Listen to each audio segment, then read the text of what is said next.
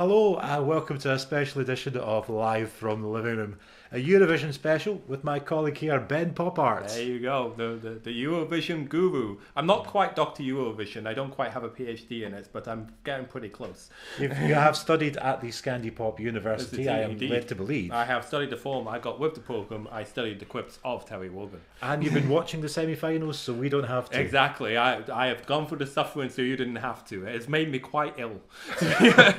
It literally Literally has. and metaphorically, it's made me quite if Ben ill. is looking a little peaky, he is genuinely not well today. Imagine being ill on gay Christmas. What a curse! What I know, a curse! I Indeed. know. What terrible luck for you. You have been watching the semi-finals. Yes, what has been your take on them? My take on so far, well, there have been several surprises in relation to this. That, for example, Russia have broken their record of qualification, as they did not make it through. I was quite surprised Armenia didn't make it through with Kwame, and I was a little disappointed that Belgium also didn't make it through, but I thought it was an excellent one. Semi-final 1 was better than semi-final 2, but as always the case, the first semi is always much more solid than the second semi. In life and in Eurovision. Moving swiftly on. You're all set for tonight? I'm very set for tonight. We're going to be talking about Eurovision. We're going to try and do a couple of sing-alongs if we can manage it. I think is the best way to describe it. We're going to do our own Pop Art Eurovision song at some point. Mm-hmm. And we're going to attempt to cover all 26 entries tonight. 27 entries even. They don't want to hear that. They do. They really don't. They do. They want to hear. We're not going to cover them. We're going to talk about them all. And of Great Britain's chances. You think we have chances? No, I think there's more snowball's chance in hell than Great Britain winning. Basically, the only chance Britain has, which you have said often before, is if the whole of Europe decides to troll us and make us host a special celebration of all things Europe next year. Or if Australia wins and we get the opportunity to host it. But I'll talk about that on the Australian entry later. You know what? I wouldn't put it past Europe to do that to us. I know. After everything that we've done to them the last few while. Well, the EBU, I think, will do it with a smirk on their face. Considering we'll talk also about what the EBU did this week after semi-final 1, where we get to those entries on the list as well. Yep. Obviously, very important what the EBU did this week, and we'll talk about that too. Do you want to kick off with a song though? We're going to do a song. You don't know the actual song itself because it's been, how many years has it been since Britain won?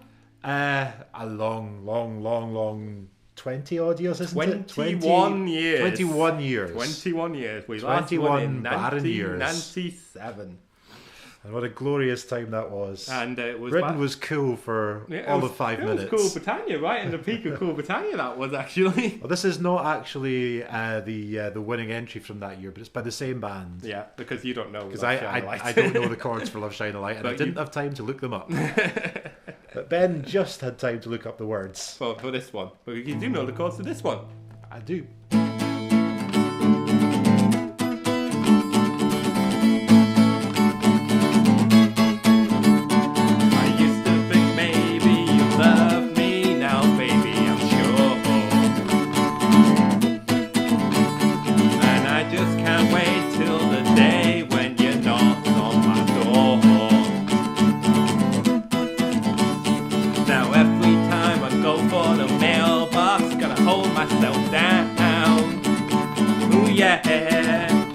Cause I had to wait till you write me or you're coming around.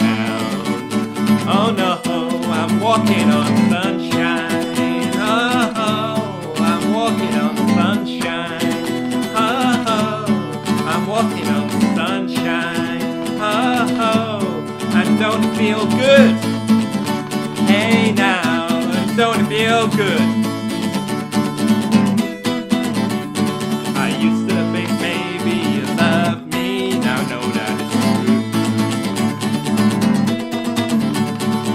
Don't wanna spend my whole life just waiting for you.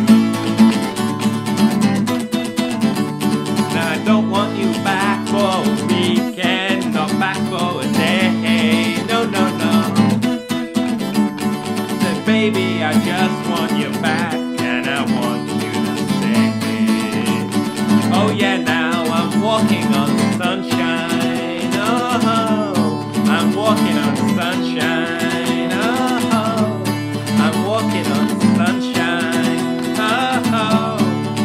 it feel good? Hey, all right now, and don't it feel good? All right now, and don't it feel good? I feel alive, I feel love that's really real. I feel love, I feel alive, I feel love that's really real. I want sunshine, baby. Oh yeah. I'm Walking on on sunshine, baby. Oh yeah, I'm walking on sunshine. Whoa, I'm walking on sunshine. Whoa, I'm walking on sunshine.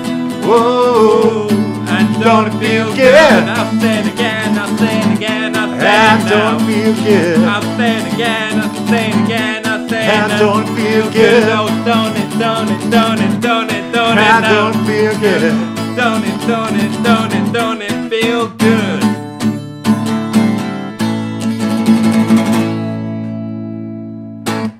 So that's about the Nicely standard done. you can expect from us tonight. Nicely done, nicely done. I like that, yeah. Good. It is one part of your cover set, isn't it?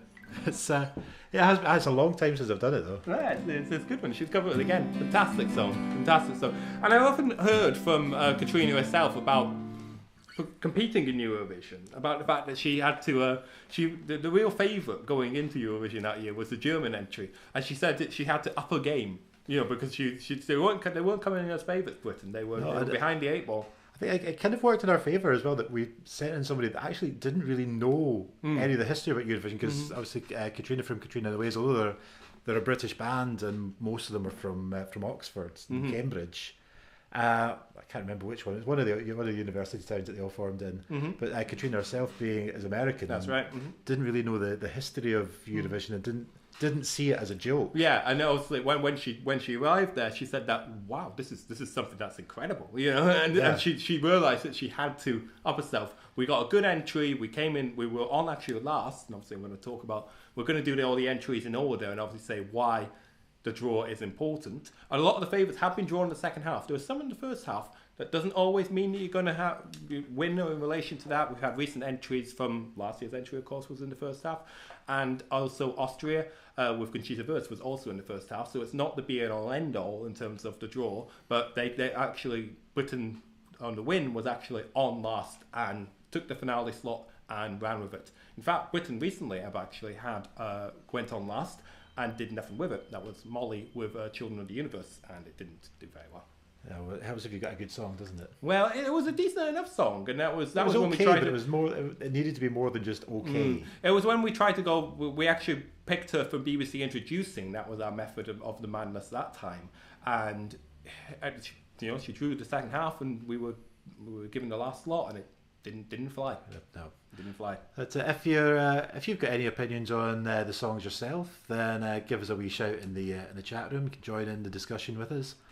Leave us a wee message, and we will read out anything that comes in. See. So just give us a wee shout in there if you've got something that you want to add into the discussion there. So shall we start from the top? I'm opening the guide right now in terms of the order, but I know what's first anyways. Ukraine. So tell us about Ukraine. Ukraine, Melovin, Me Lovin' or Melovin. a song called Oh My Lovin'. No, a song called Under the Ladder. Ukrainian vampire-esque fellow. Right. we need to stop right now and pick up on right the Eurovision band list. Under the ladder. Under the ladder, yes. You're not allowed ladders. Why are you not allowed ladders? I have on no stage. idea. On stage, that's right. He doesn't actually bring a ladder on stage. He's got a piano that's on fire. And Yes, he but emerges it's not a ladder. he emerges also from the piano. So shouldn't it like be a under the vampire. piano? Well, there's fire and that's quite close to his piano. In fact, in the Ukraine heats, he actually set the whole piano on fire. But he wasn't. I don't think he was allowed to do that on the Eurovision stage itself. I play guitar. Yes. I'm not an expert on pianos. Well, I think you need more inside your piano to make it work than just fire. well, surely you're aware from Love, Love, Peace, Peace that was one of the tropes of Eurovision, a flaming grand piano. Oh yeah, but there is honestly less workable material inside that piano. Well, he than actually there is. comes from it himself at the start. There's less in there than there is in that episode of Black Books when they put Bill Bailey in a piano.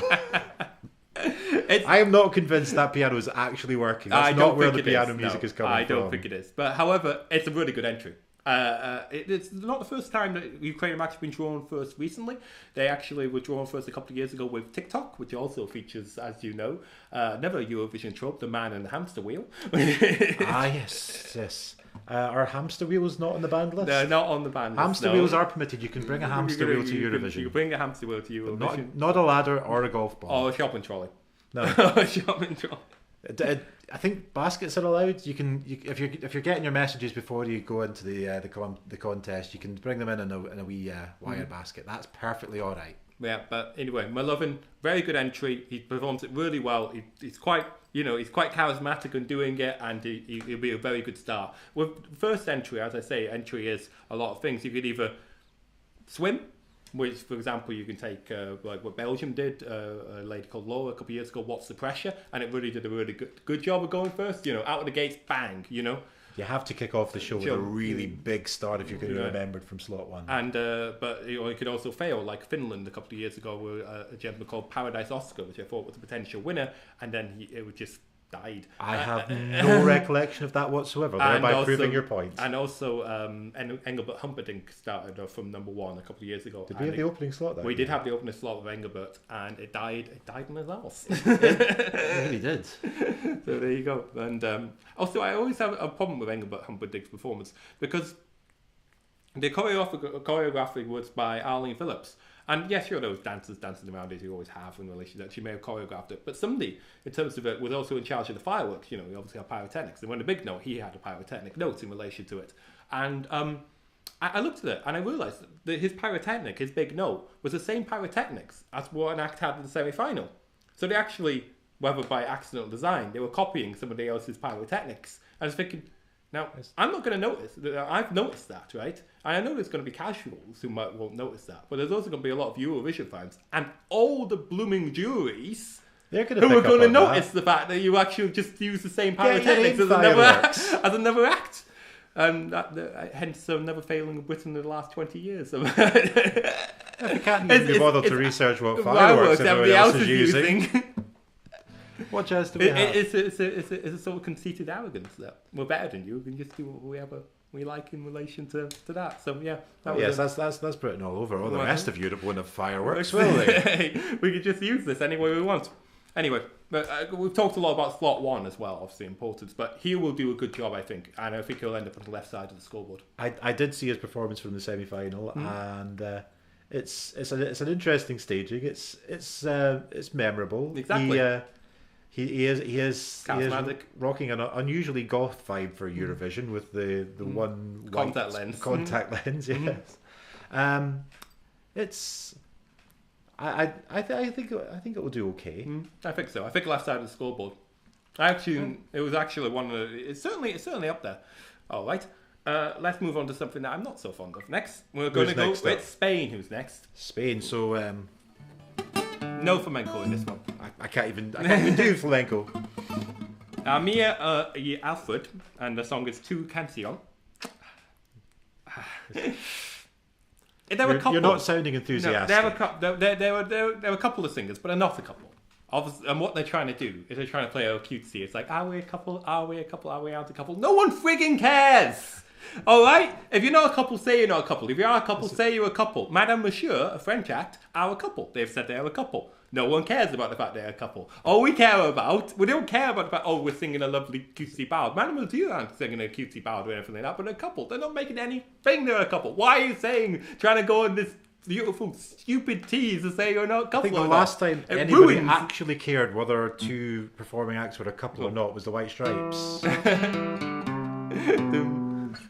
But they kept it the mysteriousness of it in a funny way, if you see what I mean. This is not funny. This is not cute. This is just, it annoying, doesn't really matter at all. No, so it's just annoying, get on with the song. And they've been given slot 2, which, as you know, is a slot of death. It's a death slot. So obviously the European organisers agree with what I'm saying. It's going to sink without trace. It's going to sink without trace. It's a cutesy ballad. It's fine. But again, it's like, well, what makes it worse is the way they've presented it. What's the staging for this one? It's just them around each other. It's like too coupley. It's too grating. It's like they're looking at each other's eyes. It's a bit too much. Are they trying to go for the kind of sweet, It's cute act that Portugal went for last year, but just not pulling it off. It's supposed to be cute and sweet and earnest, but it's not. It's not coming across. It's just coming across as sickly. It's coming across as sickly instead of cute and sweet and earnest. And obviously that's what we're saying. You can really, really overdo tweeness. It is, and it's overdone, and it's just it's agreed, and we're going. They've got a slot too. We have talked about them. They're going to more die. than they deserve. They're going to die. Also, Spain have had a record recently, a very poor record. Obviously, one of the big six, big five or whatever, plus host. And they're gonna and they've finished normally on the right hand side of the scoreboard recently. They're going to continue with that. You would think when it's being hosted in your neighbouring country, you'd put more of an effort in. That's the thing. A lot of people, the Spanish fans, are enthusiastic about this one, but I just don't see it. I get it. I get what they're doing, but their presentation has been awful. And almost like Australia last year, it's like, I got it. It was fantastic. It was wonderful. Until they reached the week of Eurovision. But in this one, it's been into the month of Eurovision, and it's like, oh, what are you doing? Please stop. It's like, we know what you're trying to do, but stop what you're doing. It's just not working. No. Slot 3. Slovenia. Leah Sirk with a song, Havla Yi. She was a lady with a very pink hair, and she had a song that stopped. Oh, is this the oh no, it's all gone wrong, technical failure? Yes, that one. It was very grating. Oh, that if you didn't watch the semi-finals, there's a little bit where they try and pretend and be funny, and it doesn't work. No, it's just really annoying. To be honest, the performance is great. I think everything about it is great. I think it's a really good pop song. If they hadn't done that, it would work better. And a lot of people are saying that it's similar to what Spain did a couple of Spain again. That's terrible, isn't it? That's Spain getting a kick in twice, not even in their own You're song. really not into Spain Eurovision, are you? Well, the previous year, they had one of the worst entries I've ever seen of all time. A song called "Do It for Your Lover," and I've still not forgiven them for that. Are we talking worse than Daz Sampson? Yeah, I mean, and also out of tune too. It was more out of tune than Gemini.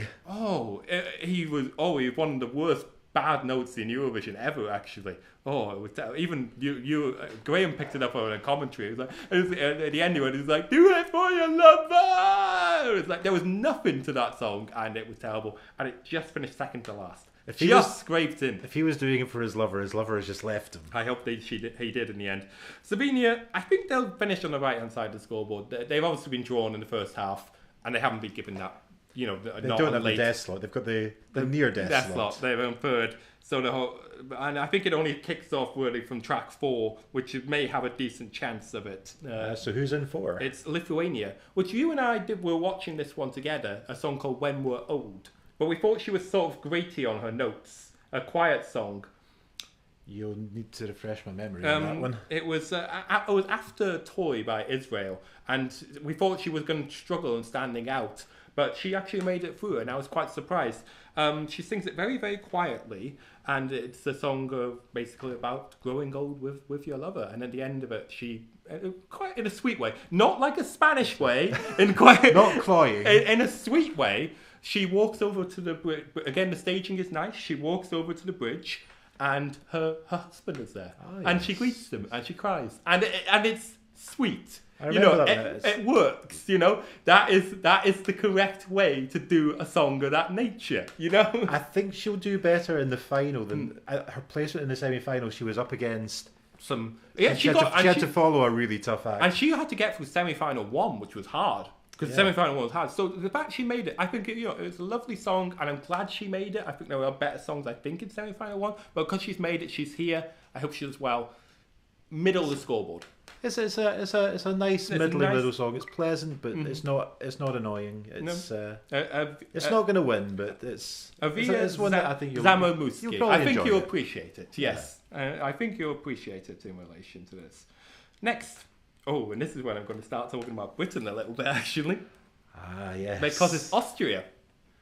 Now, there's a little bit of history going on here, a little bit of a story. This is Cesar Sampson and Nobody But You. Very, very good. As soon as I listened to this on the build-up to Eurovision, I immediately liked it. And my brother commented on it too. He said that it was... he immediately got it. He said, "This is a really cool video. This is really, this is really." Obviously, they can't do the video. They on don't stage, have the videos, but they they can stage it with a. They can stage, and they have actually staged it quite well. He's on like he's one of the people who use the light podium that goes up using a hydraulic trap, and then he comes down and runs around the little arch in relation to this. But he's quite, he into the camera. He's focused. He delivers it well. He really, really performed it really well in the semi-final. And I liked afterwards, he said that, were you confident? I said, yeah. And I said, yes, I was confident. I thought I did enough. And he was right, And he is one of the ones that it's confident without being arrogant. There's We're couple of entrants this year that have crossed that line. You have a problem with male singers of that variety. Arrogance really annoys me. I know. But he's good. He's good, excellent. I hope he finishes on the left side of the scoreboard. It's an excellent entry from Austria, actually. It is sort of a ballad, and Running Through Snow, which I did last year, with a song called Running on Air, which I thought was surprised to qualify, but I'm glad it did qualify, and it did well. It did reasonably okay in the final two. They know what they're doing, Austria. It is quite a good song, and you'd wonder why we can't get songs of that kind of quality. Aha! Well done. That's what that wonderful link. This song was offered to us. Yes. And we turned it down. We turned it down. Yeah, it seemed from the rumour mill that this song was originally shopped around for the UK for us to use. Maybe with Caesar, maybe not. We don't know. Obviously, we don't know how it will do, but you do wonder a bit about the selection process. It is a better song, in my opinion, than Sui's song. Obviously, in my opinion, she was not the best song for the UK entry. Is it better than the other entries that we were picking? Because I thought there were two the better. Yes. Maybe so. Maybe it is better than the 6 that we were picking.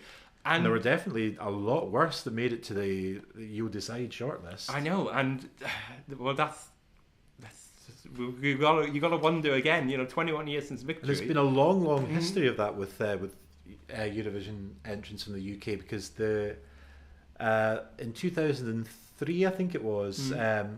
On the Jonathan Ross chat show, Radiohead came in, and they were talking about they were considering doing a Eurovision song. Yes, that's right. And everyone at the time thought it was just a little bit of a joke that they were having with Jonathan Ross. But it seems there is a little bit of substance behind this, and Colin Greenwood has mentioned on Twitter, yes, many times they do have a Eurovision song. They've never released it. They've never made it public. It's like the nude was like for 17 years in storage. But you never know. It might come out one day. Lift came out this year. I would be the same as what you were saying to me earlier on about their Bond theme, obviously. Yes, because they recorded a song for Spectre. It wasn't chosen, but it's a really good Bond theme. Yeah, I really like it, actually. So they obviously took the idea of Radiohead doing a Bond theme seriously. So they must have taken seriously doing a Eurovision entry seriously. So it must be around somewhere, but it was turned down. I would be fascinated to hear it. So would I, actually. But we went with James Fox, which was a pleasant little acoustic guitar ditty, and it would have been all right. I think I finished 21st. It probably would have won in the 70s. Exactly. But it was that dated. Uh-huh. I would love to know what Radiohead did. And it gives you that thought that the folk at the BBC that are responsible for putting together our shortlist, it's like, what? Do they really know what they're doing? Possibly not. Well, do they really care? Well, possibly not. We've got more of that later when we talk about Israel, actually. Yeah, the entrants that have done well for Britain in Eurovision, they've taken it seriously. You have to only look at Lloyd Webber with Jade Ewan, which is our most recent big entry, which finished 5th. And the point is, when you compare it was there was 2 years when we did take it seriously. There were 2 reality shows, one with Pete Waterman, and that came after the Andrew Lloyd Webber one, by the way. And when the Andrew Lloyd Webber one with Jade Ewan, who ended up being in the Sugar Babes, a song called My Time. And the point is about that is that Lloyd Webber, he put his money where his mouth was. He was on the stage. Yeah, he was on the stage in relation to that. So if it was going to be a bad entry, not in an awkward way like the Brotherhood of Man manager was at the side of the stage, dancing along to it. No, he was there, front and centre on the ivories, and we finished 5th. because and then the next year Pete Waterman came along, and we had a wonderful guy Josh Javovi, and with an entry called "That Sounds Good to Me," and it really wasn't good. And it finished near the bottom. In fact, I think it actually did finish bottom that year. And it was bad. I presume it was you've heard really that bad. one. It does sound like a Stock Aitken and Waterman reject. Well, doesn't everything that Pete Waterman do sound like a Stock Aitken? Point. I mean, it's clearly that he never has wrote one something sound. fresh. He never wrote something fresh for what was 2007. I think that was so much so the guy was so affected by it. He actually changed his name. Oh dear. Oh, poor guy. I know. He went by Josh James afterwards. He changed it from Dubrovy to James. They actually had to change his name. Him. That's how badly it affected his career. That is how little respect Britain generally shows Eurovision, and that's why we always do badly. Oh, wow. I mean, the only time that we should have set a Stock Aitken and Waterman number was when we sent Sonia. That was the only time it was fashionable. Mm-hmm. It literally was acceptable in the 80s. Indeed. So anyway, that's our first big rant about Britain. We'll probably go into more. There'll be lots more. We'll get through the first half and then we'll do our Eurovision song. Would that be a best idea? Get through to the first 13? That sounds like a plan. All right, we'll go into Estonia next. So what was Estonia's entry? An opera entry. Oh yes, the opera. Alenia Nichevaya. I'm sorry if I mispronounced that, Alenia. Almost certainly. Oh well, sorry about that. Not that I could do any better. I like this. It's and Chip likes it too. It's because okay. when he was listening to it, his ears pricked up. That's probably because of the number of high notes. I know the she opera manages to hit. There are a couple of dog whistle notes in there. Oh God, yeah. I mean, she really does belt it. Opera's a funny one in Eurovision. Obviously, there's my notes here from Kit Lovelace of I have to know, but I have to add to my own. I noticed also, I have to say, Scott Mills. It was Viola Scott recently. She was literally ripping off this list word for word on BBC yesterday. It was like, quote your research. And we're ripping it off now. I'm telling you, I'm getting but it. We from know you. where it comes from. Yeah, we know it comes from, and I'm adding additional stuff to it. It is a remarkably detailed. It's from the Pop Bitch website. If anyone wants to look it up, by the way. Mm-hmm. And it is scalpel sharp. Yeah, I know. But I'm going to add an additional thing. Obviously, in this one, he mentions the El Volvo, which was with a song called Grande Amore, who went last for Italy in 2015. See, you didn't put the fact that we went last on there. See, that's all up here. That's almost Dr. Eurovision up there. It did really well. It's a really great song, Grande Amore, actually. And it went on last. As we talked before, you could fly or die if you go on last. We mentioned you have a chance of really making an impression there. Well, Love Wave for Armenia, which was an entry that was on last recently, also went on last and had a great effect on it. You know, she took the opportunity to go on last, and also one of the favourites, Cyprus, was on second to last just before Italy. We're going to talk about Italy more, but you get a chance to seize it if you go on last. I can be one of the last things that the judges are going to hear before they really make their minds up. But on opera, they actually won the televote that year. Right. But they didn't win because the juries weren't so fond of it. They preferred Mons Zimmerlo over. If I remember correctly, and I do feel that there is a slight thing with this entry themselves. She's not an absolute top level classically trained opera singer. No. And there are a couple of notes where her voice is just verging on harsh where it should have been softer. But that's a really technical complaint, which the judges might mark it down a fraction for that. Well, they're looking for that. You also got to take into account the fact that the judges are now acting on consensus and not individual jury members and coming together with a score. Okay. Do you know what I mean by that? No. Well, they've changed the rules slightly with jury votes this year. I'm not keeping up with the rules at all. Previously, it used to be 5 people that were all together, and then they would rank everything between 1 and 43, and then they put them all together and combine them. So if one person gave 3 to a song, third place to a song, and another person gave 1 to a song, it'll be second, for an average. Uh-huh. What they're doing this year is consensus. So they've all got to batter their heads together and Oh, say so that they've got to this put the ranking list together as a as 5-piece. Right. So it's it could more like be interesting. It's more like the Mercury's then. Maybe it could be interesting, but obviously because that means that certain songs might get lost in the shuffle because there might be one. I can see that there might be one. There might be one song that's really championed by a judge, and it might get lost in the shuffle when they have to meet with the other 4 judges. But previously, their ranking of if they really liked a song, it was combined. It would have been combined, and it would have swam up somewhere yeah. in relation to this. You might have got a few points in the. A good example of a song that might have done better then, now rather than then, was the Poland entry a couple of years ago. Do you remember the one with the Milkmaids? I do remember the one with the Milkmaids. Well, you can see this is terrible. I'm going to actually use Italy as an example here. That you can see that the Italians, all the male judges, I think all the male judges, Were they fond of that one? They voted it 1, and a lot of the, I think the female judges put 43. Less fond of that one. And in the end, she got no points from Italy. So I would hate to have seen what the consensus would have been like on that one. That would have been, to be a fly in the wall in that That one. would be meeting, yes, it would have been wonderful. Going back to Estonia here, she's the thing about the Italy entry, Grande Volve, is that it was of the pop opera, so it wasn't of everyone hitting notes perfectly, classically. A couple of years ago, France had one of the favourites this year. We'll talk about them in a minute. A couple of years ago, excuse me, my voice is killing me. You're not well today.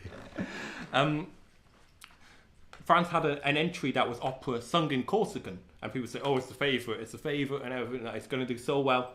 He strode onto the stage, he performed it, and they strode right back off and did nothing. That's the kind of thing that it came across as pretentious, but it won't always fly with a popular audience. Well, when the French attempted to do it at Corsican opera, it didn't fly. Whether she goes as well as Il Volvo or the French attempt, we'll see. It's a funny thing, Eurovision, because you have to appeal to such a vast range of cultures. Mm-hmm. There is a danger of trying to either if you go high culture, you can wind up coming across pretentious and not flying. If you go too mass market, trying to appeal to everybody, you can wind up being so bland. Yeah, well, I've always said to you, David, the best Eurovisions are the ones that plough their own furrow. Exactly. Mm-hmm. There are a couple of them this year that we're going to come on to later on. Mm-hmm. And this is the only one you could tell. This is her. She's ploughing her own furrow. Now, I always like the entries where they're eccentric rather than gimmicky, mm-hmm, mm-hmm. where they are their own person, mm-hmm. and they're not trying to follow a fashion, mm-hmm. follow a crowd, follow a trend. They're just being themselves. You can tell that Spain are doing that because Portugal won last year with the song they did. Yeah, they are trying to chase that market and failing. It's a song that's been put together by committee, and that never works. And failing. So here we move on to the next one. Because it's one of the favourites that's next. What's up? It's Norway. Now, I was mixing this one up with another one of the Scandinavians earlier. So which one's this? This is Alexander Rybak. That's How You Write a Song. A previous winner. Yes, he has with 4. Fairy Tale. One of the best songs ever in Eurovision. I still love Fairy Tale. One of the best songs ever voted for televoting. I think 3rd of all time in terms of televoting, in terms of the percentage of votes cast. I think he ended up over with 82% of the points that year. Very popular winner. It was an incredible winner. It was one in Russia in 2009. 2008? No, it was 2000. I was right. Right the first time. Look it up because it was in Russia. Dima Biela won the previous year. Obviously, he's trying to go for the double win, which would be the first time since Johnny Logan. Dima Biela himself attempted that. There's not many can pull off a double. No, like I say, it's never been done except from Johnny Logan. From Johnny Logan, who obviously had a 3rd win as a songwriter. As a writer, yeah. That's right. when they very nearly bankrupted Ireland. My lovely horse running through the... Hang on, I can get this one. I tell you what, we'll do that at the halftime break. I can't remember the chords. I would need to look them up. All right, we'll do our own song at the break. Anyway, as I say, he's going for the double, and like I say, it's been attempted before from various people, and it's been failed many times before. Lena from Germany had a go at it. with Don't trying like to the do microphone. Satellite and Taken by a Stranger, which I really love. Taken by a Stranger, by the way. She tried to do it as in her own country. She tried to follow it up the next year. There's not many who do that. And Dima Bilan, I think it was 2011. I'm not certain. Please don't quote me. It was a couple of years after. You're probably right, It was Dr. a couple Eurovision. no, I'm not Dr. Eurovision. I'm not taking his mantle. It was a couple of years afterwards. Never Gonna Let You Go. It was, and Don't remember that. it was quite good. It also features a popular piano because a woman emerges for Covered in Roses. They're very fond of their gimmicky pianos in Eurovision. They're very fond of Roses in the Belarus entry. God, that was bad staging. You remember that? You saw that one in the semi-finals. Yes. Yes, it was. I really loved that song, and I thought it could have qualified if they had decent staging, and then they absolutely The staging just ruined it. Stuck that one in the boonies, didn't they? Good grief. I'd like to apologise for the sound distortion to our viewers in the north. The boonies. Chip licking on the guitar, microphone. on the guitar. Licking the microphone. Anyway, back to Ryback. Yeah, you know what's weird about him? He still looks the blooming same. He does. He has not aged He at has all. not aged a bit. Does he have a portrait in his attic? He must do. It's a really good song. I think it's a little bit too knowing of itself. A little bit It too is cheesy. it's verging on A just lot a of bit too Dr. cheesy. Eurovision, who since we are talking about him a lot, We are. she rated this to win. He's still sticking by that, despite obviously it maybe not being the clear out favourite. He does know what he's talking about. Yes, indeed. I certainly think it's going to score high, whether it's going to win or not. Because it will be very popular with the casual viewer. Yeah, Because it's I think catchy. I think in the first half it's not gonna he's on 8th. That's not gonna be bad. I think Portugal were on 7th last year. I think Conchita was also on 7th when she won. It's not a bad slot then. It was around this number, if you see what I mean. History of winning from there's here. history of winning from around this number. I'll tell you one thing. He has not fixed his violin bow since the last time. No, it's still coming off, isn't it? There's still horsehair flying off all over it. I think that adds to the effect, to be honest. All part of the charm. Yeah, and he is still charming. He's a great performer. If he wins, I wouldn't be that disappointed. I think it's a little bit too on the nose for what it is. I still think Fairy Tale's a better song. It's a tiny bit cheesy, but there are other performers later on that are even more more irritating. We'll get into those. Hello, we have chat messages. Hello, Radio J. I hope you're enjoying the Eurovision chat. Hello. Eurovision hype. Are you liking it? Are we accurate so far? Please say to us if we're making any mistakes. I'm not quite Dr. Eurovision. I'm getting there, but please tell us if we're making any mistakes, Radio J. Yeah, give us a shout. Let us know what your pick to win is, what you think of all the entries, and just come in. And we are going to do join another us. tune of our own, but obviously I'm feeling terrible. Obviously, I can talk a lot, but not singing. I mean, there are many things that we do in pop art normally, but tuneful singing is not one of them. And when you're full of the code as it is, we're quite good. We're going to be excellent for British Eurovision then. we could probably get next year's entry. We've tried. How many times have we tried now? 3 times? I think so. Yeah. Okay. Never got through. 4th time's the charm. 4th time's the charm. We will talk about that in a minute about that because they're coming up. What number is that? Hold on, I'm going to. Where were we? No. Right, so it's 8th now. Yes, I was right. UK is song 9. So next is Portugal. So they're defending champions. They're defending champions. They're not going to win it again. No. But I do like this song, actually. Some people don't like it. With this being the host nation, of course, it's straight through to the final. It's not in the semi, so I don't think I've actually heard this one yet. It's called Au Jardim. It's by Claudio Pascal. And there they are. And the lady on the left is the songwriter. The lady on the right is the singer. There they are. There they are. I actually quite like it. Yeah. Yeah. What kind of sound is it? Some people are criticising it, but I actually quite like it. And I think that if it was in the semi-final, it would have qualified. Because it's not... Because what Portugal in their record... They have a scatty record of Eurovision even before they won, right? Because they always came in and they did a Fado entry. An entry in so stereotypical Fado in relation to this. You know, it was too far, but... Similar to what Greece have done recently, committing themselves remarkably Greek entry. Remarkably Greek entry. In fact, so much so that they actually threw out some of their own entries. This is an entry that's seen more Greek. In fact, one of their entries for a couple of years ago, the first time they didn't qualify, Utopian Land, is one of the worst entries I've ever seen across. It was just so much, and this one, it was just so on the nose. It was so much for them instead of being for everyone. No wide appeal to No wide appeal. Utopian Land.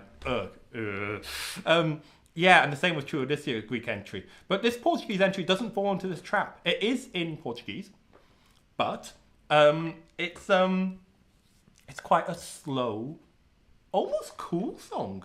It's compared here by, quoting the source here, Pop Bitch, Kate Lovelace. She compares it to Moshiba. Okay. My comparison, by the way, would have been to trip hop, that Bristolian. I have mentioned Portishead a couple of times before with some of the other entries. This Bristolian sort of sound around that time. Okay. I'm intrigued to hear this one now. I think it is a really good entry. I don't think it'll do well, but I'm glad it's here. So we've got more word coming through from Radio J, who has been working like mad this year, so going into the final totally blind. Well, we hope we're giving you an introduction, or at least hopefully this is whetting your appetite course, rather than spoilers. Yeah, it's a crash course, I think, in relation to it. Obviously, you'll know which ones are the finalists because of the fact we're only talking about the finalists. So obviously, we are talking about what's gone out already. Yeah, because I've mentioned Russia, I've mentioned Greece, I've mentioned Belarus crashing out, and I mentioned Armenia all crashing out. Oh, yeah. Apparently Radio J is excited for it, so there you go. Well, you're not going to be excited about it. I don't know whether you're rooting for the UK. If you do, Radio J, well, good luck to you in that vain hope.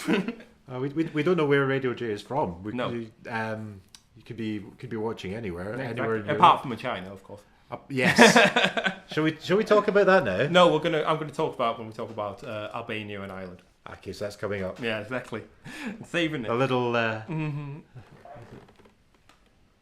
Yes, UK. UK. From the UK. Yes. Yeah, it's the UK too. That's fine. That's fine. It's not the worst entry we've ever had. Well, it's coming up now. Here it is. It's song 9. Here we are, song 9. Song 9. And which as Terry always said, save the drink for song 9. And to be honest, you're going to need. You're going to need one. It's not terrible. Now I have to say they've used it up a bit. Now this is because we both watched You Decide together, and it was not the one that we'd have picked. No, as I said, there were 2 better songs in my opinion. Legends and You were 2 better songs, but there were worse songs. There were many worse songs than this. There were very bad songs. There could have been total and absolute disaster. This is not. It's a bit middle of the road, but she did a very good performance tonight, and I think she can do a good job of it. They have juiced it up. They've tried to juice it up. They've tried to give it a full club banger-esque feel. And if it's well staged on the night, it could do. I think it's going to be somewhere around the middle, isn't it? Let's be honest. Lower. I think 20 and downward. I think. Oh dear. I honestly can't see any hope for it at all. It's pleasant, but that's it. It just doesn't stick in the memory. When I mentioned Austria earlier on, obviously, right, and this was a song that was bandied around to the UK. I listened to Austria once, and I immediately got it. Yeah. I immediately got it. We've got one shot at this. Because we won the Big 5. You've got to come in like a thunderclap. You've got to be Italy, Grande Volvo a couple of years ago. You've got to be Lena, Satellite. You've got to be Occidental Karma, Italy, a couple of years ago. Not necessarily gimmicky, but you have to really stamp your mark on it. Obviously, we don't get semi-final performances. Obviously, there are many, many performances leading up to this. Rehearsals, jury finals, which have already taken place. But I think that will allow it to suffer, I think even more to suffer, with what we were just talking about the juries. Because of the fact that if a jury member likes it, you're not going to, it's a consensus, isn't it? It's not going to be... Yeah, the ones that really stand out, the ones that have a stronger hook to them, are going to go much higher up in that consensus vote, because the ones that are nice, that are pleasant, are okay songs. it's just are going to be swim forgotten. and going to be forgotten by jury. And especially if they're going to reach a consensus, they've got to pick, points only for a certain level. Previously, they would have been judging the entire 43 of them. And maybe if she was voted around 11 or 12 or something and somebody put it at 6 or 7, she might have snuck a point. Yeah. She might have snuck points now and there. But because of the fact that they just got to come to consensus, it's like, is this deserving of a point? No. I don't think it's going to be as low as you do, but I don't think it's going to go really high. But the whole thing is, and this is obviously, obviously I'm going, I don't mean to kick her butt or anything. She's a pleasant enough woman or anything like that. But, we've got nothing against her, nothing against... But she's trying to spin gold out of flax. She hasn't been given the best material. Mm-hmm. And this is the thing that we've talked about a few times before, the ones where it's not necessarily that they've written it themselves, but you believe that they could have. You believe that everything about that song is absolutely part of them. Well, and a lot of people, and the whole. I saw some analogies also about the fact that there was some analogy on the Sui video on YouTube saying the fact that if this came from another entry like Australia, people would be loving it. Well, I said, well, no, I wouldn't be. I'm not so fond of the Australian entry myself, actually. But I understand what it is. It could be anybody. It could be anybody. It's a little bit generic. There's nothing that really... Which I think is a problem with the Australian entry, but maybe don't stop it from doing well, but I think that's probably the Australian entry too, but we'll get to that. We probably should kind of ramp up a little bit quicker before the show actually starts, before we finish. 7:21, God. We're going to have to... But the thing I was talking to you about earlier on, we may not do any songs and maybe just go for the recap. We're going to go with this because how many we got through? This is number 9. We've got 15 more to go for. Okay, we can do this. Excellent. Maybe that was already song. We can do it, right? So Radio J is having a listen to the UK one. Yeah, let us know what you think of it. Well, as I say, I'm sorry for slaughtering it. I'm sorry, Sui. I'm sorry, but I have to. I have to. It's my patriotic duty. I'm just standing up so that we can do better. Are we on the mark or are we way off here? Yeah. Are we being unkind to her? Let us know what you make of it. What I told you about previously when we were walking Chip in the park. Chip was my wonderful dog who's now sitting there looking at me crazily. It's like, why has he got these flags wrapped around you? It's like, when we try to go novelty on it in relation to, as you're saying, about people who plough their own furrows. Yeah, we go novelty, we go gimmick, we don't go genuinely eccentric. Because a couple of years ago, what was it? Blonde Electro, whatever it was called, or something like that. It was like a Charleston thing wrapped in neon, and these people hadn't met each other.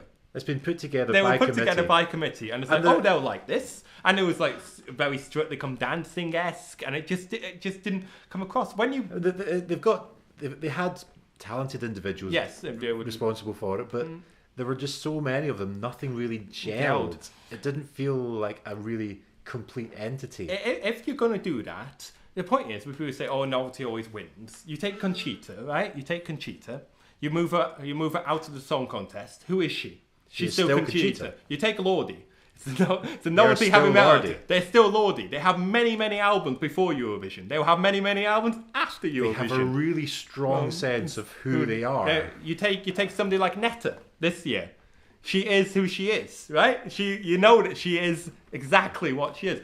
It's that. So we either don't pick the right songs in relation to this, or and even so in this year, because we've had better songs available to us. Radio J does seem to agree with us, a bit middle of the road. It doesn't really build it, doesn't explode into anything. No, it just 6 and 6. Yeah, So either we try and go novelty, and we don't understand what novelty actually is, or we try, we're not picking a strong enough song. So you end up in this stupid middle. So you can say all you want. So you end up with the nothing political voting and the cultural and voting. believe me, somebody will try and blame on good Brexit. Songs in. Because we're sending shite. I'm sorry. Yes. Because we're sending shite. I'm sorry, Sui. You're gonna finish third last. And yes, there is an argument for just behind, really annoyed just Europe ahead of Brexit, Spain. but, the song is not good enough to win. It's not. So the only way that we are going to win is if, Australia as we said win. earlier, is if Europe trolls us. Yes. Which I would love to see. Well, if Australia win, but we'll talk about that later. Yeah, and if Europe just decides right, you're having it next year. Yeah. How'd you like that? Apples. Should we move on before We should I get do. angry? But We should do. We because said we were only got going to speed things up, and then we started ranting again. We've got 37 minutes. Serbia. Yes, this is features Albert Einstein on pipes. You're going to have to talk that through me again. Well, you're gonna. I'll show you the picture.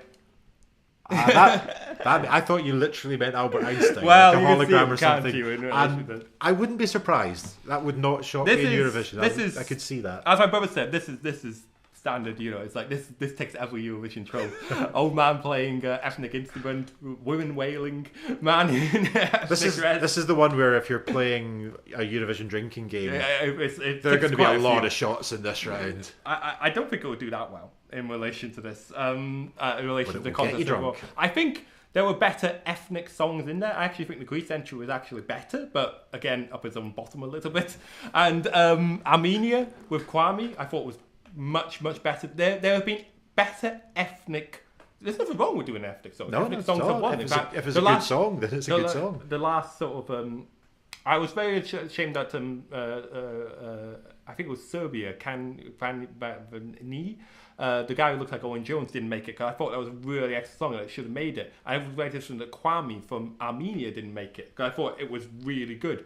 But this isn't as good as the sort of like typical ethnic song last year, Hungary with Oracle, which was one of my favourites last year and finished in the top 10. That was all right. And I thought it was fantastic. And you know, that was a gypsy prayer. I have no idea what it was about. Apparently, it was about a love song, a forbidden love between Sounds like a gypsy jazz folk non-gypsy, song. and it was really beautifully done. It was really beautifully done and presented, and it finished in the top 10 and deserved to. This, I So can't. if you're I using don't your think so. traditional folk instruments, if it's a really good song, It even if works. it's not a kind of traditional, well, and it's more kind of old school traditional Eurovision style. It's maybe not the kind of modern club Eurovision song. But a good song is always a good song. Yeah, and like I say, so I mean, it will stand out, but I don't think it'll do that well. I think it will be in the 15-ish. Okay, next. Germany, One of the big five, aren't they? they are. They're So straight again, through to the final. you've got to make an impact. You don't have that chance to build from the semis, so what have they gone for? Ed Sheeran light. Next. It's one of the favourites. I don't believe it for a second. Why? I don't believe Why? it. When they say it's one of the favourites, there's two favourites that's out and out. Cyprus and Israel. But this apparently is, again, maybe it's because of the fact it's not being seen, maybe it's because it's standing here in the betting. I know France are also quite up there, but again, they are one of the big five and they sort of stand up there. This is, I think, is around 25, 30 odd to 1. I don't like it. It's too cloying. It's set for. It's the same way as the Spanish entry that grates for me. It's that way. It's like it knows itself. Yeah. I understand. It's integral. It's nice or anything, but it's the same way as what's been spoken of like the Iceland entry. It's like, oh, you know, let's all have peace and love in relation to it. It's like that Iceland entry was wetter than a leaking tap falling into the sea on an ocean planet. It was no. We have had the same- enough of the It's the same. Ed Sheeran drippy types. Well, it's the same here. It's quite drippy, and I think a couple of years ago there was an artist called Bogey. Radio J agrees with us. Bogey. I think she was. Was she? She was an Eastern European, but I can't remember which one it was. I do apologise, Bogey. And it was like it was a sort of like one about giving up for war, and it got through the semi-final. People said, "This is great. It's going to go well." You know, it's like It's gonna, just and then it's like when it reached acoustic guitar, strumming some minor chords. it was more piano chords for her, I think. And then when it reached the final, do you know what it did? Nothing. It did fuck all. Who would want to be somebody just sat there with an acoustic guitar? It wasn't with, but again, he's like this. He's of that one. I just spoke about Paradise Oscar for Finland a couple of years back. He was one who was. In fact, it was funny. I was doing that, and I was bombing the Finnish flag at the same time. That's weird. It's almost like we planned these I know. things. We really don't. I know. And again, he was one who was of this ilk, this nature, came on first, song, this nature, and then it absolutely bartered out. I think he will. And the wonderful pop bitch says that recently Germany have finished 27th, 26th, and 25th, and this should end up 24th, and I hope it does. Moving on, you start introducing the next one. I'm just going to nip off for a second because I've just noticed that the laptop battery is about to die. Oh, so right. I'm going to go and find a power Go and source. replace it. Put 50p in a meter. I will introduce the next one because it starts to go on about the Chinese controversy. This is Albania next with Mol, Yuchin Bushepa. As you may be aware or not be aware, basically, the Eurovision was being broadcast in China by Mango TV, and now it is not because they edited some of the entries, and this was one of them. They edited the Irish entry because of the fact it depicts a gay relationship.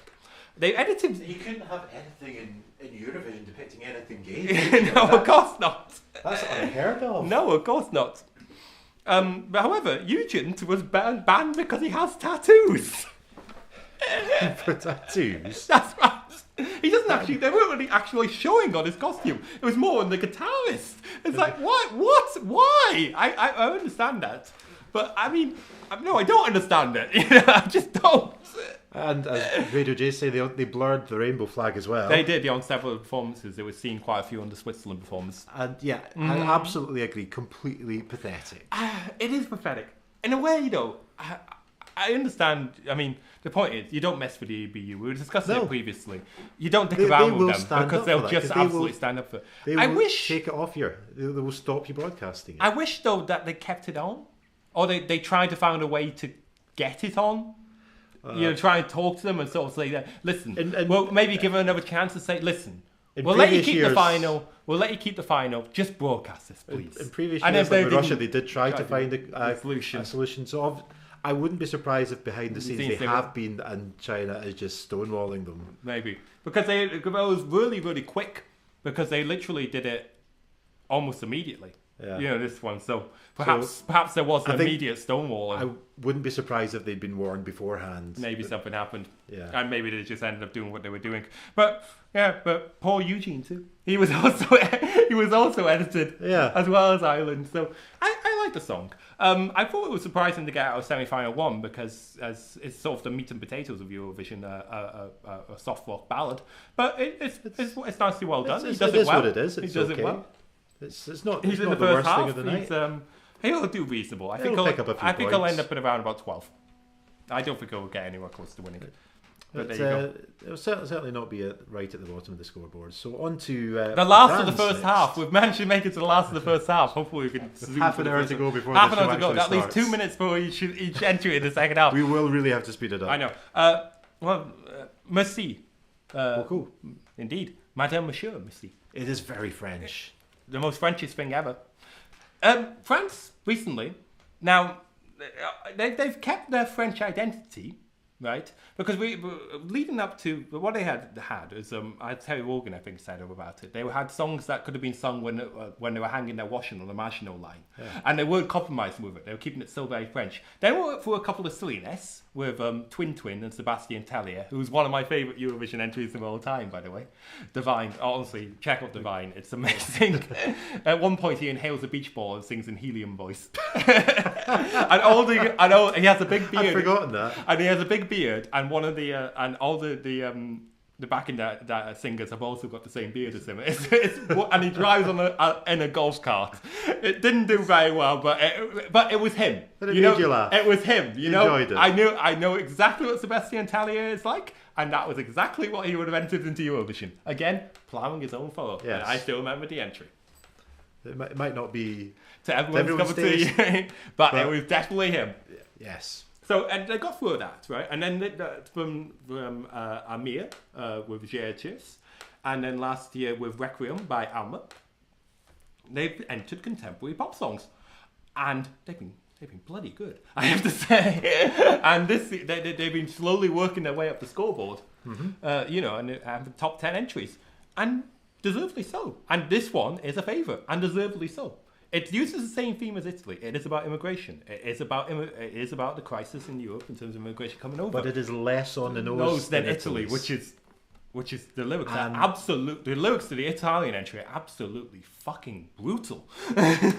It's really difficult to write a song about a really serious subject. 'Cause And France manage it. I don't think Italy do. I don't think so. No, I mean, I think it's too much. And they got the last entry.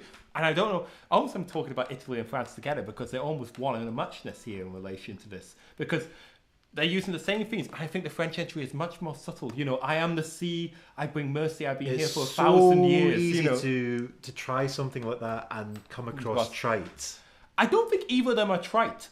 I honestly like both entries, but I just think the Italy entry is just takes it too far. Yeah, and I think and the French entry is classy. I'm glad that both of them are bringing attention to the issue, but it is something that has to be approached with a bit of caution in songwriting. I mean, I'm a songwriter myself, and it is very easy to Go over TT. Yeah, and I mean, it's very easy to be sitting here in a nice flat in Glasgow and saying, "Oh, I'm going to write a song about the underprivileged from a position of privilege." Yes, exactly. And there's Obviously, a the danger difference between that. France and Italy is obviously that they are connected to it because obviously they're next to the Mediterranean, and you know they speak of it, and you know they are I very love involved the in French. the issue. Obviously, the translation of the French lyrics. You know, I am the sea, I bring mercy.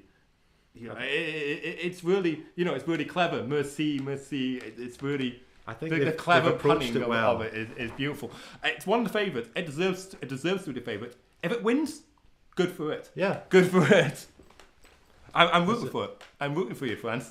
I think it's taken on a difficult subject without appearing overly worthy or trite or husband and wife. That's how to do it, Spain. That's how you write a song. That's how you do it, Spain. Second half. Czech Republic next. So the Czechs, what have they got for That us? bamboo and that bamboo. Oh, it's him. It's him. Michaelis Joseph, lie to me. We have a slight disagreement on this. We do. one. I think it's one of the best entries and both deserves to win. He really irritates I me. know.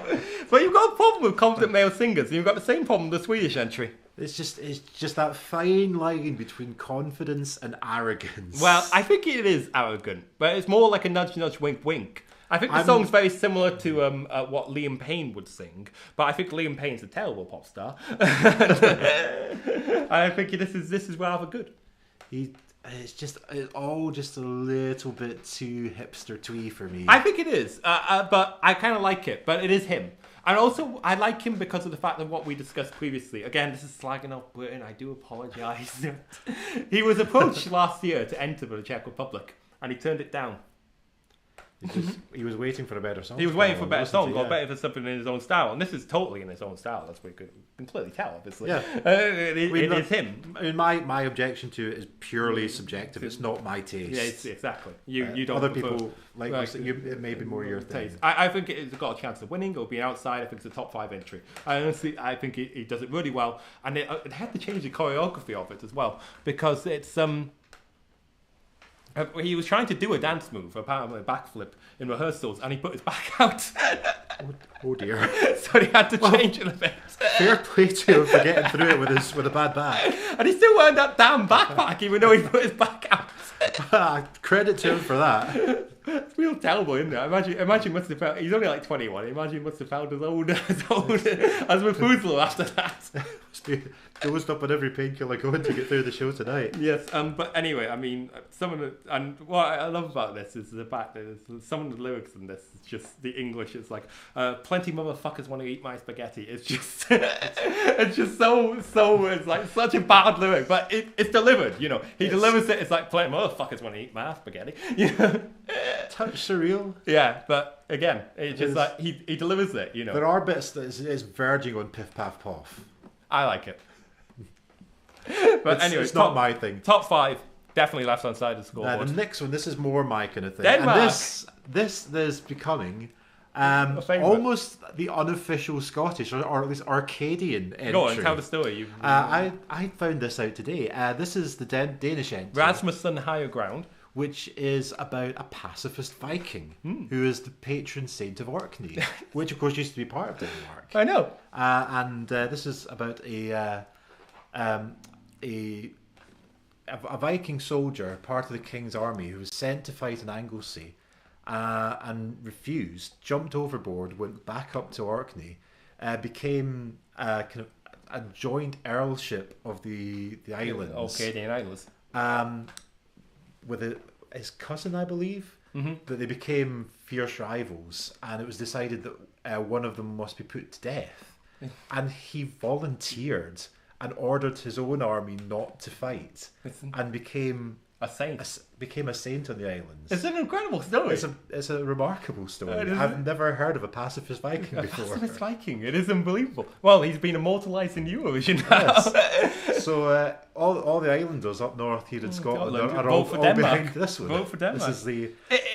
It's again, it's something that ploughs its own furrow. I also think it doesn't go far enough. I mean, they're both hairy Viking dudes. But I mean, there's fake snow, there's sails, there's a wind machine. I always want them to sort of turn up those wind machines and snow up to 11. They don't quite do that. It's not quite there. I like it though. It's nice to have something a bit different. Yeah, I like it though. Fantastic. And when he's not part of he's in a hair metal band. Again, as we said before, he is somebody. When he is out of Eurovision, he is still a hairy man and doing songs of this nature. The only thing that confuses me is that they're playing heavy metal on Telecasters.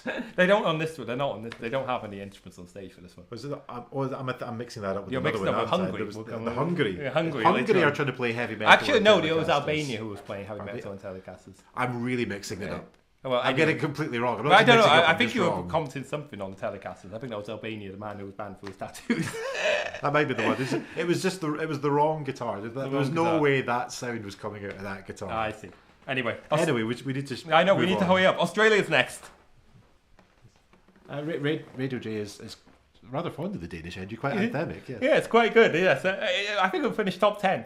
I think it will. Moving on, Australia. I'm not fond of this. Neither am I. No. I was actually surprised it qualified out of its semi-final. I thought it wasn't gonna. It was a weaker semi-final. I think if it was a semi-final one, it would have been gone. It's the weakest entry that Australia have ever put in for you. As I said to you, are they getting complacent? Possibly. Even not bearing in mind the terrible performance from Isaiah last year, she only has to beat ninth, by the way, to make sure she's not the worst entry so far from Australia. Do you think it'll manage that? I think it will. It's some people who are actually talking it up to win because seriously. Why? I think it is. It's the same. It starts from the same problem as Suri, that it is bland. However, there's nothing to it. She does perform really well, but I just don't see the appeal. Yeah, it's well performed, but it's just not a good song. No, I just don't see the appeal. But however, there is one bit of me that is obviously rooting for an Australian victory. Because if Australia win, there is a chance, obviously, the ESC would offer it to Britain or offer it to a Big Five country, the hosting the contest, and that would be absolutely hilarious. It's the only way we're getting to host. The chances are, what they would probably do is offer it to the highest Big Five country, and that's not going to be Britain. So it's going to be Germany. Then. It would likely be France. France? Well, I've just spoken about Madame Monsieur, haven't I? Sorry, I thought you meant which one was putting the most money in. I'm talking about the Big Five in terms of performance. In terms of where they come in the votes. And I think from the Big Five. Well, that seems fair. Yeah. So, but it would be really funny if they offered it to Britain. But I hope you finish in the right hand side of the scoreboard, Jessica. I'm sorry. I know it did give me a big laugh actually in terms of the last year when Isaiah, the jury entry and the phone votes, because he got like 100 points and he was reasonably up there for the jury entry, and then the phone entries came in and he got something like 7. The crowd's always like, ooh. The crowd were not having it. Yeah, as absolutely Radio J said, it's the same issue as the UK. It feels as if it should be building to something and doesn't. Finland's next. What's the popping my Finnish flag earlier on, wasn't I? We haven't finished. It's just the finish. No, this is Sara Auto. You know why I did it like that? Go on. Because that's how they announced her on the X Factor. She's an X Factor alumni, as I've spoken to you before. She finished second a couple of years ago in Britain. Yeah, she's. So should we have had her as our entry instead of? There was talk about it. there was talk before she actually, like 2 weeks before she got confirmed for Finland. And by the way, Finland selected her internally and then gave her songs to sing. So they realised that there was a potential for her to get poached by the UK, and then Finland stepped in and it's like, Sarah, just do it. Again, it's the same thing as what I spoke about Nicholas just now for Czech Republic. This is obviously a second go around.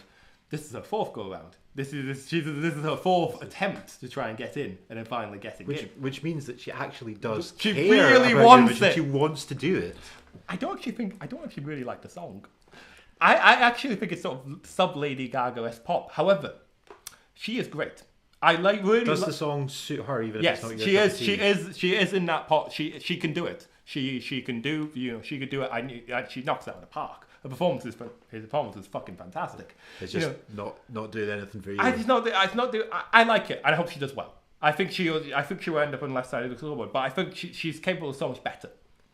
Right. She is a great pop star, and I think she could have really got if she had really great material on her, yeah. She could have really done well. With this Lady Gaga-esque one, she's doing all right with it, but she's not flying. And Top 10? Maybe. I think I judged it more harshly because I like her so much. So if it's somebody that you want to see do well, and you feel they're not given, but she's properly famous. She's properly famous on the continent. I mean, yeah. she is blooming. She's probably Anna in the blooming Frozen. She's like the Finnish voice of Anna in Frozen. That could count for a few votes. She's properly famous, and she's actually a judge now in X Factor Finland. Yeah. Well, we've only got about 15 minutes before the show actually starts, so we really need to crack on here if we're going to get through. Bulgaria, one of my favourites. I think they have potential winning earlier on. I actually was rooting for it to win. I don't think they're going to win anymore. I think there are more countries have usurped it. It's a 5-piece supergroup, which sometimes works, sometimes doesn't. But I think they actually make it work. The semi-final performance was actually really good. Quite a mysterious sort of low-down song, and I think they kept to it in the semi-finals. Really good chance. Possible chance of top 3, top 5. Possible winner. One to watch out for. Indeed. Next. Moldova. You think it's a little too trite in terms of being a little too fun by committee in terms of it. I still think it's a lot of fun for what it is. They always bring a bit of fun, Moldova. I think it's an interesting concept, but there's so many entrants this year, particularly the Israeli one that's coming out that we're going to talk about a lot. This is why we're cracking on, because what we really want to talk about. It's a little bit cartoony, a little bit Scooby-Doo chase.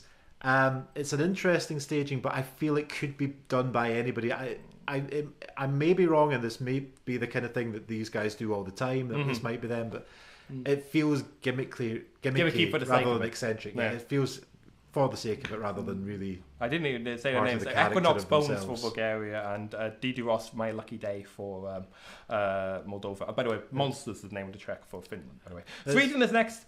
We're moving on. We're fast now. I know you don't like it because you think it's too slick. Sweden. You think it's too slick. They've always been a slick pop. The previous entry last year was also slick pop. This is the same thing as Benjamin Grosso. He's famous. He's properly famous in Sweden. Again, another person. This is the second go round and trying to enter for Eurovision. He wants it. It was when he did that turn to camera and grin. You could almost see the teeth sparkle, and it's. You know what the dancing is? It's actually the moonwalk backwards. Moonwalk backwards? But as in forwards, because the moonwalk is backwards, so the moonwalk backwards is forwards. But if you look carefully, the dance is actually the moonwalk's backwards. You've confused me now. I know. But anyway. I'll watch his feet rather than his face on the show. Then. No, my good. I might like it better then. Well, it's Dance You Off. It's fantastic. It's Sweden. What do you expect? It really, really grated on me. But I can't go on by Robin Bergerson last year. It was slick as hell in relation to it. This is the same thing. It's good, slick Swedish pop entry. They've only finished outside the top 10 once in the last 5 years. It's not going to change. It's when slick crosses that line into arrogant that it. This will still finish in the top 10. Absolutely, motherfucking. Oh, I'm sure that might win. It's one of the ones that's up there in terms of. Might scoop around for a win. I wouldn't mind if Sweden wins because we get to see Petra Måns then. That's true. Who's got to follow that? Hungary has got to follow it. What's the Hungarian AWS Village Nija, the rock entry. Oh yes. Some big guitars going on here. As described here as absolute carnage. I quite enjoyed this one. So did I. And I hope it does well. I'd like to see As I them said, again. the second half is full of really, it's like favourite after favourite after favourite. Yeah. A lot of the favourites really do the second half. And not sticking to the absolute standards Eurovision disco pop templates. No, but this will stick out. Might do well. The show is starting in 10 minutes, so let's move on to the Israel's next one, because this is one that we really want to talk about. This is someone Israel Netta Toy. This is genuinely not a gimmick. This is just someone who is Having utterly the time for content life. and being themselves and being absolutely happy in themselves. And if that involves every plucking like a single chicken, thing about this performance, the staging, every bit of it, every atom of it is her. Yeah. And I adore her for that. She's completely being herself on the biggest stage around, and I would love to see this win. And also, it might annoy Salvador Sobral a bit because he's been criticizing this song actually, and I think it'd be quite funny to stick in his face. Yeah, he's thought of it as a gimmick. Yeah. And it's not. It's not, Salvador. I don't think you saw Croatia from last year really got at him for us, which he was absolutely right to be honest. Because Salvador has got a love-hate relationship with Eurovision himself, which is a bit rich coming from him because he started from reality TV himself. So. Yeah. I like you, Salvador, but you have come across a bit of an arse on this one. Aye, this has not been your finest moment. No, but we'll see what happens with that one. I hope it's got a chance. It's his second favourite, alternating between them and Cyprus. I can see it as being something that people will either love or hate. I think it's brilliant. If it has enough love, might win the thing. It could do. Netherlands are next. It's Waylon with Outlaw in him, who has form. Been here before. The Netherlands have form for sending country rock to Eurovision. And they've been quite successful with it. Douja Bob and the previous year, and with this one a couple of years ago, Cry No More, which was the previous year, so it was Douja Bob the year beforehand, and it's all in the head, by the way. This is and then previously the Common Linnets, of course, which is part of. It's all right, but I think it's going to fall a bit flat following Israel. Yeah, I think it might be a struggle a bit on there in terms of performing here. But he's good, and obviously he's done this before. He's finished second before. Yeah. So he knows what he's doing. Could do all right. Could do all right. Next, Ireland. 10 minutes, is it? We've got 10 minutes till the show starts. Yep. Well, we know what happened with Ireland, don't we? Yeah, we've talked about this earlier. Yeah. China didn't like them. No, and so they banned the broadcast, and then the EBU banned them. You don't mess with the EBU. Yeah, exactly. I like the song. I said to you previously, this will qualify, and it did. You did, yeah. You were not wrong. I was right. I don't know whether it really works out. I don't know whether my own sort of opinion of it is a little bit disjointed. I think the dancers are a little bit separate from him in terms of him and the lady playing the piano vocals. It is what it is. It's sweet and schmaltzy without being Spain. It's not tried. It's not no. Completely it is exactly what it is, and you know it's an Irish Eurovision entry. Yes. You got it's a guy. It's actually it's shot up the betting subsequent to the semi-final. Whether that's due to because of the casual mainstream interest in it now, I suspect so. Whether that means people are voting for it, I suspect I don't not. I don't think it's a winner. I don't. It's honestly, a bit middle of the road to win. It is too middle of the road, and not to speak for my own people. Yeah, without the dancers, it would flail. Without the attention, without the theme, I think it would flail. I think it would have still qualified. I honestly do think that. I think it is a good song of that nature because I think it is, but not really strong enough to do much in the final. But again, you've got to. They kept consistency all the way through. This was a video and all the way through with these two dancers, and it's just kept the same thing rolling all the way through. Absolutely fair play to them. They said they were going to do that. The original theme was that. They stuck with it. We knew it was coming. So so if people are going to react like that, it's like, didn't you see the video that they presented? Basically, we like the concept, but we don't think the song is strong enough to really do well tonight. No, I think it's going to end up at the top. I think it'll end up 7th, I think. Cyprus is next. This is the second to last one. We're going to make it. We're very nearly there. So what's Cyprus? Eleni Fuera, Fuego. This is the favourite. Just be a second. So you carry on. Mm-hmm. Who's there? I see that Radio J says something is cringy. No, it's not Radio J, it's somebody else. Oh, another one.